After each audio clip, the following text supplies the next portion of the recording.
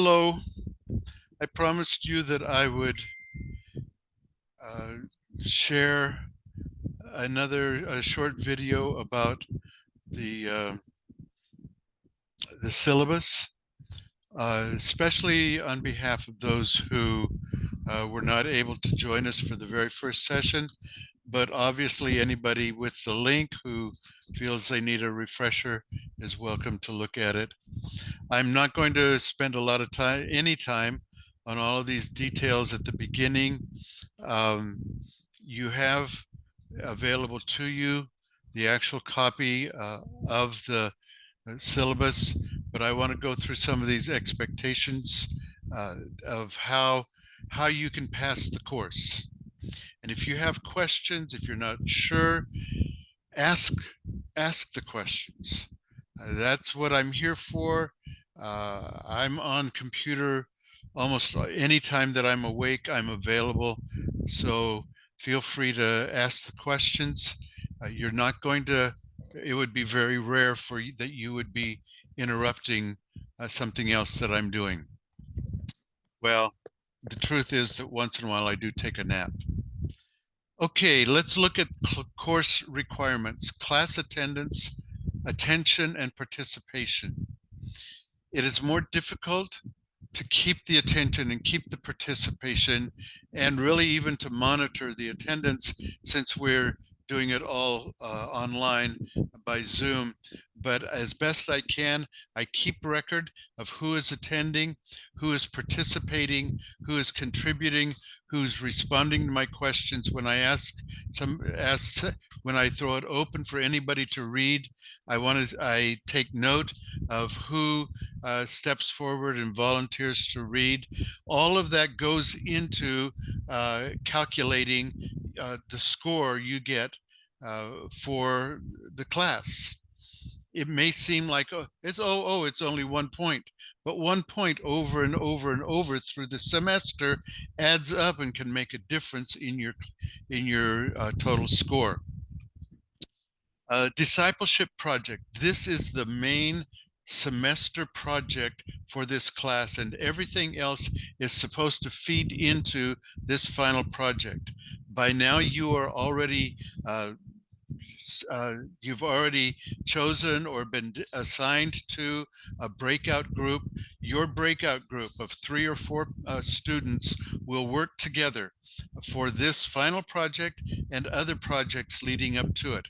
Anytime I say go into your breakout rooms and discuss this or that or the other thing, you'll go into the breakout room that you've been assigned to, and always in the back of your mind, you want to have this assignment in mind as you're working through any of the other projects. We'll get to a sample of some of the categories that can be dealt with, discussed in the sample project. We'll get to that in just a little while. Every week, you are required to turn in a reading and prayer journal or a reading and reflection journal. Every week, Friday morning, 8 o'clock. It really, that is a weekly thing. Even during reading and research week, even this week when we have holiday on Friday and no class, even on those weeks at 8 o'clock Friday morning, have this come into the Google Classroom, and it will be evaluated, and you'll get points for that. In that, and you have a template for that. I've shared that template in both Mac format and also in Word format, so you can get that. And that's the format I want you to use so that I can evaluate.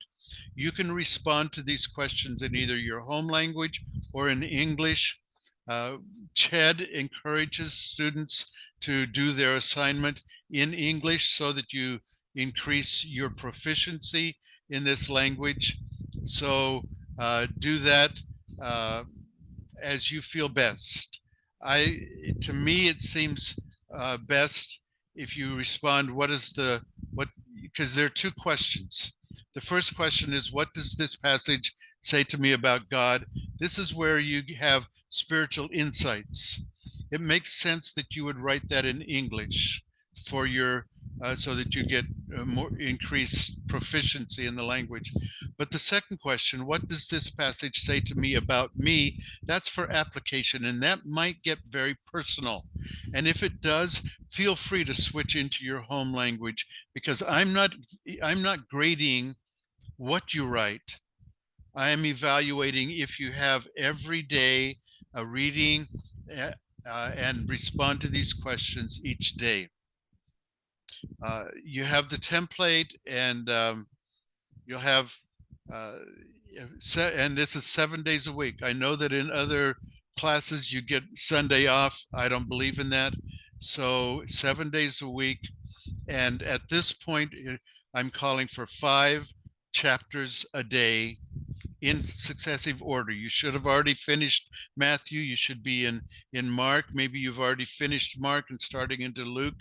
You'll go on to John. When you finish John, you go back to Matthew and start again every day, 5 chapters a day with these 2 questions. What does this passage say to me about God? What spiritual insights do I get? And what does this passage say to me about me? What applications is the Holy Spirit making into my life?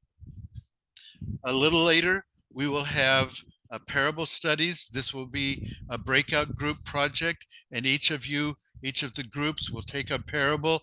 You will assign it, you will assess it, you will evaluate it, you will make a report to the class talking about what this passage says about discipleship and about other teachings, but especially about discipleship, since that leads into the discipleship project. You will have another time of comparing and contrasting 2 different pericopes. We talked about pericopes last Friday. So you'll take a pericope from probably from Matthew, and the same pericope from Luke or from Mark, and compare and contrast them and try to evaluate, why would Matthew say it this way and Luke say it that way, or Mark say it that way? Compare and contrast. What does that say about the message they're saying in their gospel account as a whole? There is no sermon or class presentation as a semester project. Instead, it is the discipleship project that we talked about earlier. We have 3 exams. The preliminary exam, which is scheduled for September 16, the midterm exam, and we'll see a little later what the date is for that. And then the last exam, we'll see the date for that also. Here's a general course outline. As I said, the preliminary exam will be a week from Friday on the 16th. At this point, I'm planning that we'll spend the first hour in class in lecture, in review, in discussion. Then you'll have a time of study on your own, and then I will release the preliminary exam at 10 o'clock, and you'll have an hour to answer those questions and return that to me. So that will be the 16th. Midterm exam is scheduled for October 14. And then, rather than a final exam per se, we will have a last exam, and that will be on December 9. And then on the 16th, which is the last class session, we will have all 3 of our group presentations will take place here. Okay, I'm making these changes even as you look at it. And so we'll have all 3 of the class presentations on the 16th. Let's look at, now this is a sample that I don't know if it helps or not, but this is a sample of some of the projects, some of the ways you might look at your discipleship project. If your group is focusing on Mark, then you might see what Mark says about discipleship and the kingdom, discipleship and the student. In each of these columns, the letter D stands for discipleship. discipleship and mentoring, discipleship and my church, discipleship and the church in general, or it can be discipleship and something else as you see it. These are just examples of the kind of theme that you might look for in your gospel. Here's a more detailed breakdown of the week by week schedule for the semester. And you see the midterm exam here on the 14th. You see the last exam on the 9th. And then the student presentations, the discipleship project here on the 16th. Okay, I think that's it. So thank you for your attention. I'll get this out. And again, as I said before, if you have questions, ask me. Send me a private message on Facebook Messenger or something else. You've got my phone number. You can send a text. However that works. When we're in class session, you can send a chat, ask me questions. That's how we get our answers, and that's how we excel in our class work. Okay, God bless. Have a wonderful week. And I'll be sharing more things to do this week since we're not able to meet on Friday. God bless.